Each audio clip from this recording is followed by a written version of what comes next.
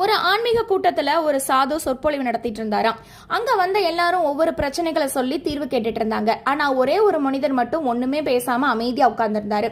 கூட்டம் முடிஞ்சு போனதுக்கு அப்புறமா அந்த சாது அந்த மனிதனை கூப்பிட்டு, நீங்க எந்த பிரச்சனையும் இல்ல போல, இதே மாதிரி நீங்க எப்பவும் சந்தோஷமா இருக்கணும் அப்படின்னு சொன்னாராம்.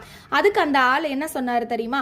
அட போங்க சாமி, என்ன பேசினாலும் அவமானம் மட்டும்தான் மிஞ்சுது, அதனால நான் எதுவுமே பேசுறது இல்ல அப்படின்னு சொன்னாராம். அதுக்கு அந்த சாது, அட ராமா, அவமானப்படாத மனுஷங்க யாருதான் இருக்காங்க சொல்லுங்க.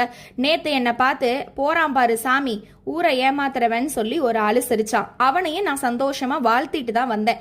இந்த உலகத்துல கடவுள் நமக்கு கொடுத்திருக்கிற எல்லாமே நல்லதுக்காக மட்டும்தான் கொடுத்திருக்காரு.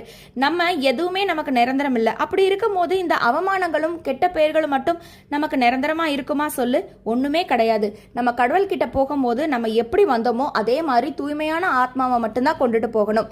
ஓம் நமோ நாராயணா.